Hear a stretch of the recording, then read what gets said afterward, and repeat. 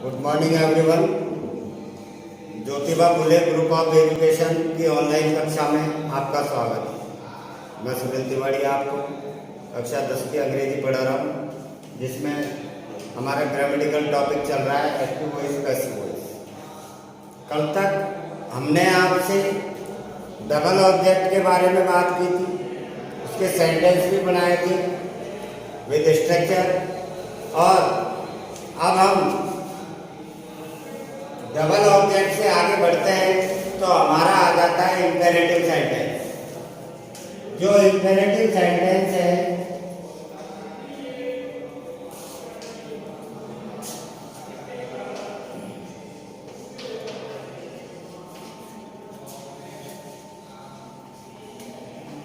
इसको हिंदी में कहते हैं आज्ञात्मक वाक्य, आज्ञासूचक वाक्य।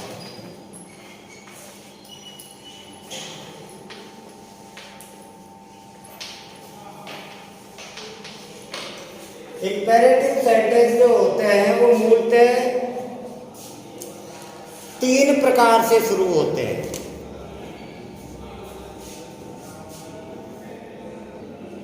तो मैंने आपको बताया कि इंपेरेटिव सेंटेंस 3 प्रकार से शुरू होते हैं, जिसमें नंबर 1 वर्ब की फर्स्ट फॉर्म से शुरू होने वाली बात। तो देखिए आप, नंबर 1 वर्ब की फर्स्ट फॉर्म से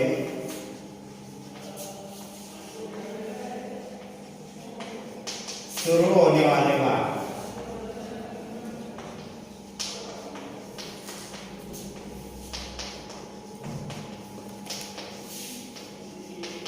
जो वर्ब की फर्स्ट फॉर्म से वाक्य शुरू होता है उनका एक्टिव में स्ट्रक्चर क्या रहेगा और पैसिव में क्या रहेगा, मैं आपको दोनों बता रहा हूं। तो ये देखिए आप, एक्टिव में स्ट्रक्चर होगा वर्ब की first form plus object plus other. ये तो हो गया इसका एक्टिव वॉइस का स्ट्रक्चर। अब पैसिव वॉइस का स्ट्रक्चर क्या बनेगा इसका? पैसिव वॉइस का बनेगा जो वर्ब की फर्स्ट फॉर्म से चालू होगा उसमें हम लेट से चालू करेंगे पैसिव वॉइस को। क्लियर? फिर इसके बाद ऑब्जेक्ट का हम बना देंगे सब्जेक्ट, और सब्जेक्ट के बाद आपको लिखना है हेल्पिंग वर्ब बी, और बी के बाद वर्ब की थर्ड फॉर्म, और थर्ड फॉर्म के बाद आपका अदर वर्ड आ जाएगा। क्लियर? इस तरह से आपका ये एक्टिव का और पैसिव का स्ट्रक्चर रेडी है। अब जब स्ट्रक्चर एक बार फिर समझ लो आप, वर्ब की फर्स्ट फॉर्म से शुरू हो गए ऐसे वाक्य, और वर्ब की फर्स्ट फॉर्म के तुरंत बाद मैंने आपको पहले बताया कि ऑब्जेक्ट आता है वर्ब के बाद, फिर अदर वर्ड आएगा। तो इसका पैसिव वॉइस आपको शुरू करना है लेट से। लेट के बाद ऑब्जेक्ट का आपको सब्जेक्ट लिखना है, फिर हेल्पिंग वर्ब बी लगानी है, फिर वर्ब की थर्ड फॉर्म लिखनी है, और फिर अदर वर्ड लिखना है। तो देखिए जैसे मैंने सेंटेंस लिखा, ओपन योर बुक। ठीक है, ओपन योर बुक। तो सबसे पहले देखो हमारा स्ट्रक्चर मिल रहा है कि यहाँ वर्ब की फर्स्ट फॉर्म है, फिर ऑब्जेक्ट है, और अदर वर्ड यदि दिया हो तो ऐसा कोई इशू नहीं है कि अदर वर्ड आना ही चाहिए। तो हमको जब वर्ब की फर्स्ट फॉर्म से चालू है तो पैसिव का क्या स्ट्रक्चर दिया हुआ है? लेट लिख दिया। लेट के बाद हमको क्या लिखना है? सब्जेक्ट, जो कहां से आएगा? ऑब्जेक्ट का सब्जेक्ट। ऑब्जेक्ट क्या है? योर। लिख लिया। योर बुक के बाद क्या है? हेल्पिंग वर्ब लगा हुआ, बी दी हुई है इसमें, फिर वर्ब की थर्ड फॉर्म, ओपन की थर्ड फॉर्म हो जाएगी ओपन। इस तरह से आप ये सेंटेंस बना सकते हो।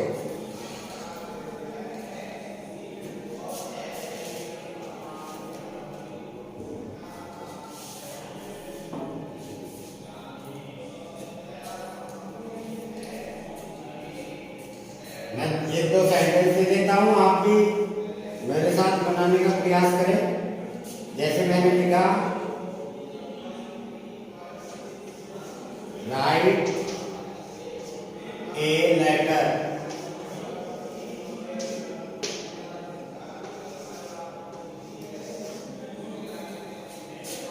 फिर इधर लिख दिया कट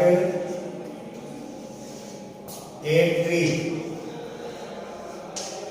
नंबर 4 लिख दिया शो द वे। नंबर 5 लिख दिया शो मी द वे। ये आपके सेंटेंस है। 15 सेकंड का वक्त दे रहा हूँ आपको, एक बार बना के चेक करो अपना 15 सेकंड के अंदर।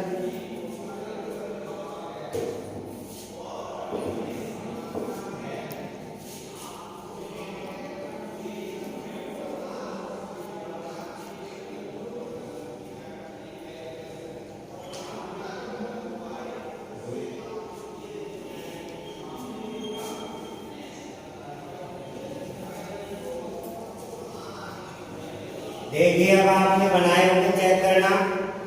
वर्ब की फर्स्ट फॉर्म से चालू है, मुझे इसको लेट से चालू करना है।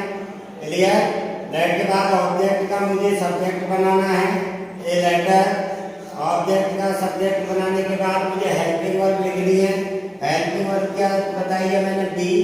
फिर वर्ब की थर्ड फॉर्म आ गई आपकी रिटर्न। चेक करो अपना सेंटेंस क्या सही है क्या आपका। इसके अलावा मैंने दिया है आपको कट ए ट्री, तो आपको इसको लेट से शुरू करना है। लेट से कर दिया, ऑब्जेक्ट का सब्जेक्ट बनाओ ए ट्री, और फिर ए ट्री के बाद हेल्पिंग वर्ब लिखो बी, और फिर वर्ब की थर्ड फॉर्म लिखो। क्लियर? अब नेक्स्ट सेंटेंस पर आ जाइए आप। नेक्स्ट हमारा क्या है, show the way. Show the way, वही वर्ब की first form let the way, object का सब्जेक्ट बनाओ, और फिर लिखना है बी, और थर्ड फॉर्म लिखनी है शॉन। क्या लिखनी है, शाउन, SHOWN। क्लियर? नेक्स्ट देखो, इसमें और इसमें क्या अंतर है। इसमें और इसमें मी का अंतर है। एक सेंटेंस में मी दिया हुआ है, जबकि दूसरे में मी नहीं दिया हुआ है। तो इसके लिए हम क्या करेंगे, अगर मान लो मैंने आपको जस्ट इससे पहले एक टॉपिक पढ़ाया था, और वो टॉपिक था हमारा डबल ऑब्जेक्ट। डबल ऑब्जेक्ट में मैंने आपको बताया थे 2 प्रकार के ऑब्जेक्ट होते हैं। Number 1 indirect, number 2 direct. तो हमने वहां दोनों से बनाया था, डायरेक्ट और इनडायरेक्ट ऑब्जेक्ट को लेकर के, दोनों को सब्जेक्ट बना करके फिर अकॉर्डिंग टू टेंस बनाए थे। लेकिन यहाँ ऐसा नहीं है। यहाँ जब भी आपको इम्पेरेटिव सेंटेंस के अंदर डबल ऑब्जेक्ट दिए जाएं, तो आपको उठाना है निर्जीव से। निर्जीव ऑब्जेक्ट को सब्जेक्ट बनाना है, तो इसके लिए मैं सबसे पहले लेट लिख दूंगा। लेट के बाद हमारा क्या दिया हुआ है, द वे लिख दिया मैंने। द वे के बाद फिर मुझे हेल्पिंग वर्ब दी गई है स्ट्रक्चर में, लिख दिया। हेल्पिंग वर्ब के बाद मुझे थर्ड फॉर्म लिखना है, SHOWN, साउंड। थर्ड फॉर्म लिख दी। अब थर्ड फॉर्म के बाद हमको क्या लिखना है, थर्ड फॉर्म के बाद हमको ऑब्जेक्ट लिखना है, वो भी सजीव ऑब्जेक्ट है। तो ध्यान दो आप, मैंने जब आपको डबल ऑब्जेक्ट वाले पढ़ाए थे, जब आपने निर्जीव ऑब्जेक्ट को सब्जेक्ट बना करके शुरू किया था, तो वर्ब के बाद जब आपने सजीव ऑब्जेक्ट लिखा था, उससे पहले आपने टू लगाया था, टू। अब ऑब्जेक्ट क्या दिया हुआ है, उसको यूं का यूं लिख दो। इस तरह से ये सेंटेंस बनेगा।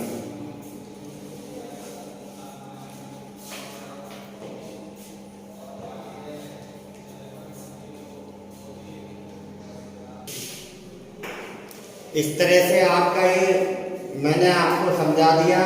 इम्पेरेटिव का नंबर 1 पार्ट जो वर्ब की फर्स्ट फॉर्म से शुरू था। अब आ जाइए नंबर 2 पर, तो दूसरा देखते हैं।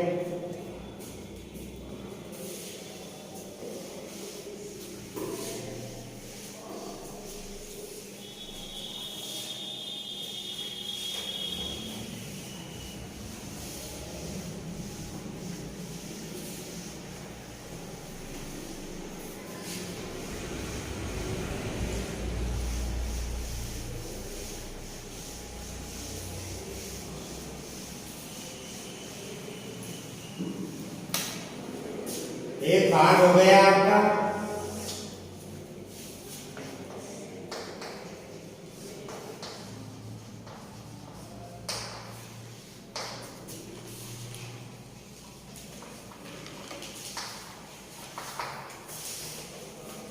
इसका मैंने आपको एक भाग करा।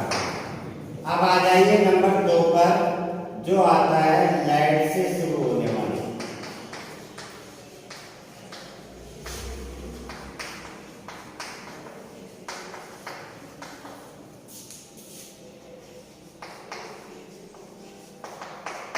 देखिए, मैंने आपको वर्ब के फर्स्ट फॉर्म से जब सेंटेंस शुरू था तो दोनों स्ट्रक्चर लिखवाए थे।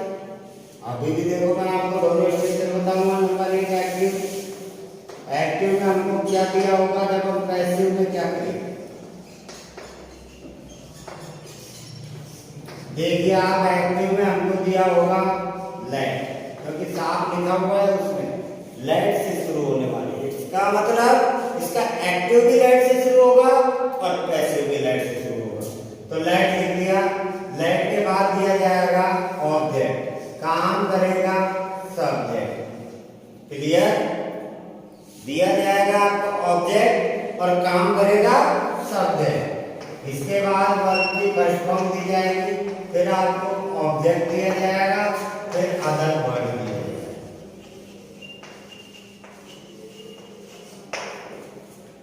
क्लियर? अब हमको इसका पैसिव बनाने के लिए वही लेट से शुरू करना है। इस ऑब्जेक्ट का हमको सब्जेक्ट बनाना है। फिर इसके बाद हेल्पिंग वर्ब बी लिखनी है। बी के बाद वर्ब की थर्ड फॉर्म लिखनी है। थर्ड फॉर्म के बाद बाई का प्रयोग करना है। बाई के बाद ऑब्जेक्ट और फिर अंत में बचा दो अदर। इस तरह से आपको ये स्ट्रक्चर क्लियर करना है। स्ट्रक्चर क्लियर नहीं करोगे तो कुछ नहीं कर सकते। फिर देख लो, एक्टिव वॉइस में शुरू होगा लेट से। इसके बाद दिया जाएगा ऑब्जेक्ट, काम करेगा सब्जेक्ट, फिर वर्ब की फर्स्ट फॉर्म, फिर ऑब्जेक्ट, फिर अदर वर्ब। तो इसका पैसिव बनेगा लेट। ऑब्जेक्ट का सब्जेक्ट बनाएंगे, इसके बाद हेल्पिंग वर्ब बी लिखेंगे, फिर वर्ब की थर्ड फॉर्म लिखेंगे, फिर बाई लिखेंगे, फिर ऑब्जेक्ट लिखेंगे, फिर अदर वर्ब लिखेंगे। देखिए सेंटेंस।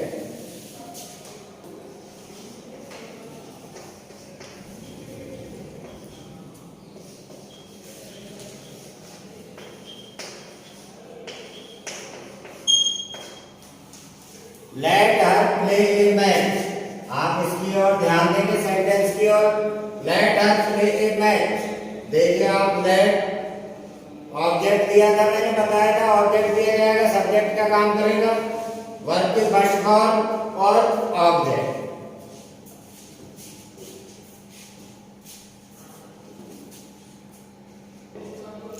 तो मैंने आपको बताया, आपके सामने एक सेंटेंस भी लिखा है मैंने, लेट हर प्ले ए मैच।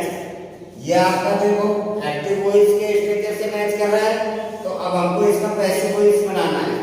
तो पैसिव वॉइस बनाने के लिए फर्स्ट ऑफ ऑल हम क्या करेंगे, इसको लेट से स्टार्ट कर देंगे। ये कर दिया लेट से start, right. Number 1। Number 2 subject कहां से आएगा, ये जो वर्ब के बाद आपको ऑब्जेक्ट दिया गया है इसको मैं बदलूंगा किसमें, सब्जेक्ट। आ रहा है समझ में? ये देखो वर्ब रही, वर्ब के बाद ये ऑब्जेक्ट रहा, इसको मैंने चेंज किया सब्जेक्ट। तो सब्जेक्ट क्या हो गया हमारा, ये वर्ब रही, वर्ब के बाद आ रहा है ऑब्जेक्ट, इसको बना दूंगा मैं सब्जेक्ट, ए मैच। क्लियर? ए मैच लिख दिया हमने। ए मैच के बाद आपको क्या करना है, हेल्पिंग वर्ब का प्रयोग करना है। जो मैंने क्या लिखी हुई है यहाँ, बी लिखी हुई है। बी के बाद आपको वर्ब की थर्ड फॉर्म लिखनी है। वर्ब की हमको यहाँ फर्स्ट फॉर्म दी जाएगी एक्टिव वॉइस में, तो इसकी थर्ड फॉर्म हो गई प्लेड। क्लियर? और प्लेड के बाद क्या दिया गया है, बाई का प्रयोग, और बाई के बाद दिया गया है आपका ऑब्जेक्ट। ध्यान रखना, इसमें एक ट्विस्ट है कि यहाँ मैंने आपसे स्टार्टिंग में कह दी थी, दिया जाएगा ऑब्जेक्ट, काम करेगा सब्जेक्ट का।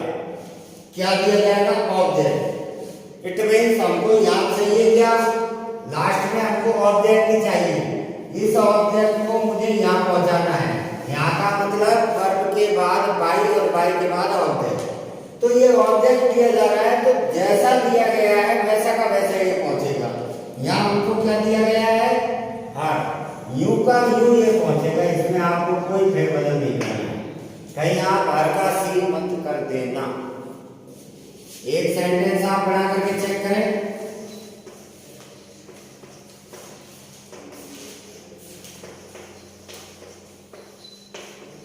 बना करके चेक करें एक सेंटेंस।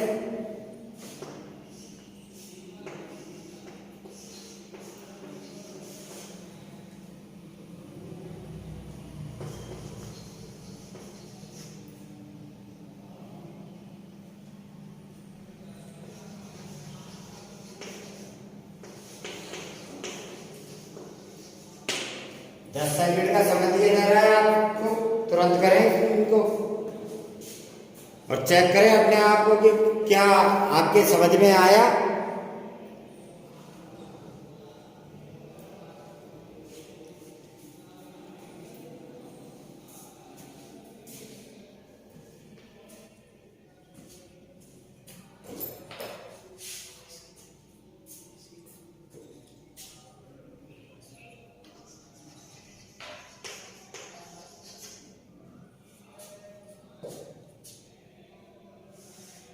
तो देखिए आप, सबसे पहले हमको क्या करना होगा, according to structure passive voice का स्ट्रक्चर देखिए, लेट से शुरू करना है।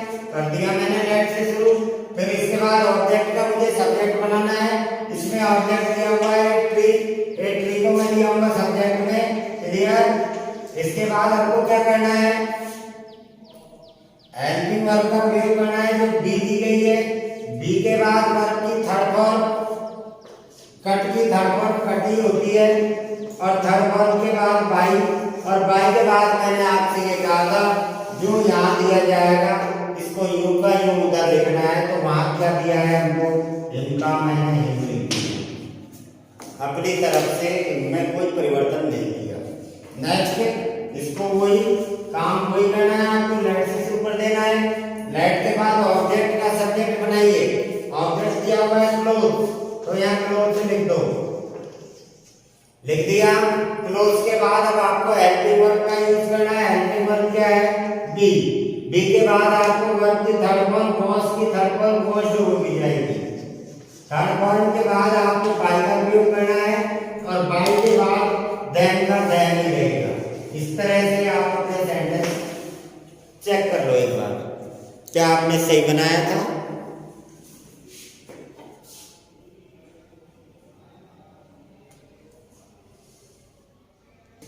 इस तरह से आपके दो प्रकार के सेंटेंस हमने बनवाए।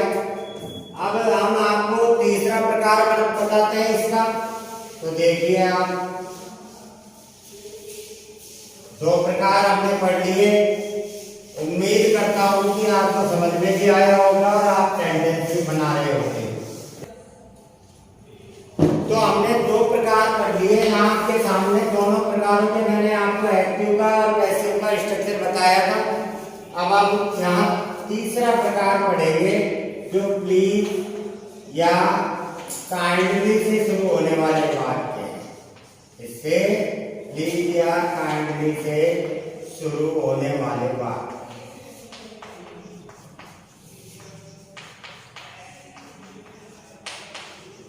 क्लियर है।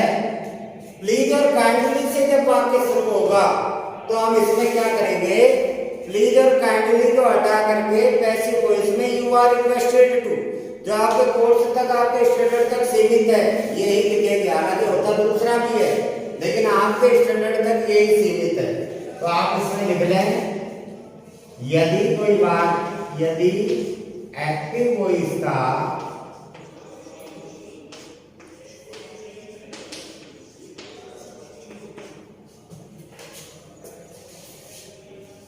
कोई वाक्य, कोई सेंटेंस प्लीज, सेंटेंस को हिंदी में कहते हैं वाक्य, प्लीज या काइंडली से शुरू हो तो पैसिव वॉइस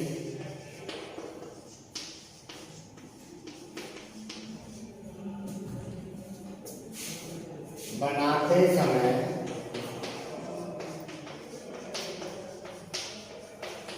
प्लीज। हाँ जी, तो मैंने आपको बताया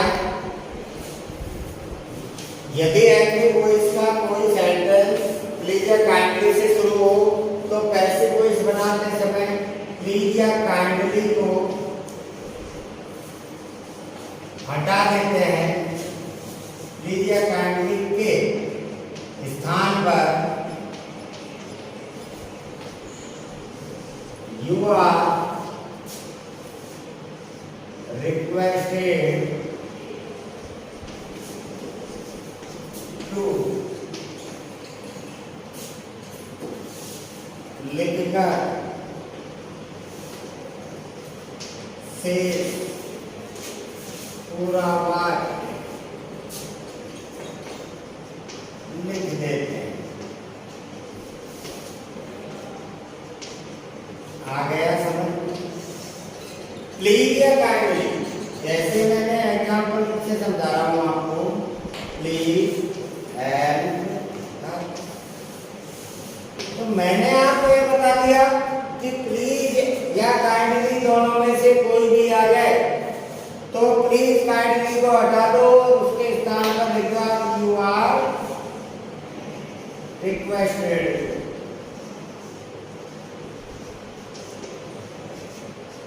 लिख दिया यू आर रिक्वेस्टेड टू, लिखने के बाद क्या बच गया? हेल्पर, इसको यूं कहेंगे। इस तरह से आपका ये इंपेरेटिव सेंटेंस एंड हो गया। अब हम आगे बढ़ेंगे इसी कड़ी में और इंटरोगेटिव सेंटेंस की ओर चलेंगे।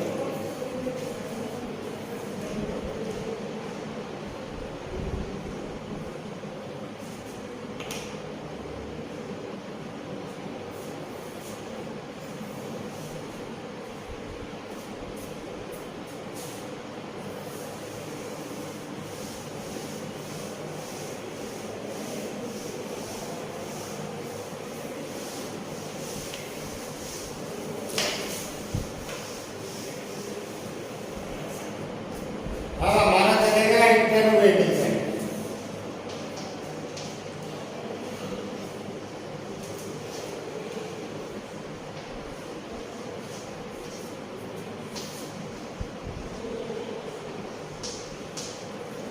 हिंदी में कहते हैं इसको प्रश्नात्मक वाक्य। क्लियर है? मैंने आपको टेंस में भी पढ़ाए थे प्रश्नात्मक सेंटेंस, तो उनको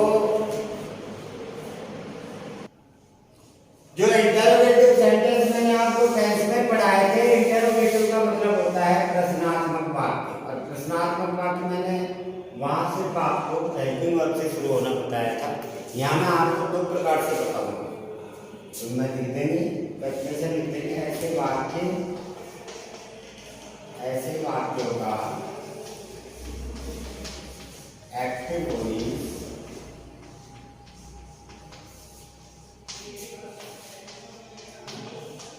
दो प्रकार से शुरू होता है। ऐसे वाक्यों का एक्टिव वॉइस दो प्रकार से शुरू होता है।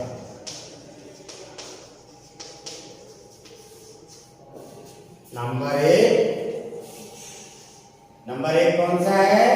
हेल्पिंग वर्ब से शुरू होने वाले वाक्य।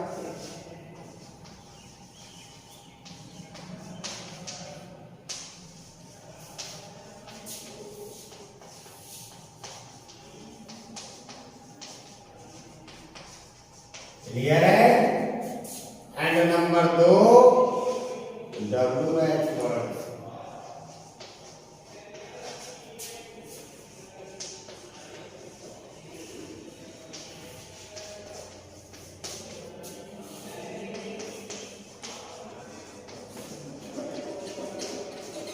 ठीक है, ये दोनों वाक्यों से एक्टिव वॉइस शुरू होगा तो पैसिव वॉइस कैसे बनाएंगे अभी बताऊंगा। तो ये दो प्रकार से वाक्य शुरू होंगे। नंबर 1 हेल्पिंग वर्ब से, नंबर 2 WH वर्ड से। जो हेल्पिंग वर्ब से और WH वर्ड से शुरू कैसे होंगे, इनका मैं आपको एक एक करके स्ट्रक्चर बताऊंगा।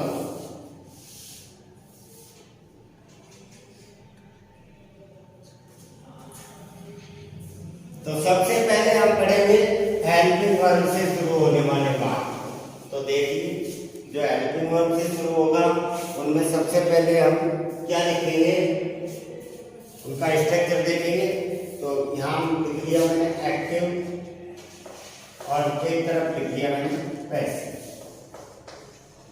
एक्टिव में जैसे मैंने लिख दिया आपके सामने, पहला टेंस है हमारा प्रेजेंट इंडेफिनिट।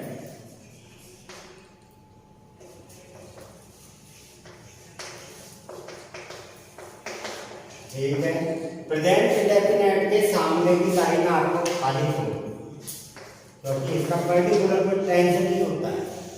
पर्टिकुलर अगर टेंस होता तो मैं अवश्य आपको बताऊंगा। इसमें आपको दिया जाएगा डू या डज।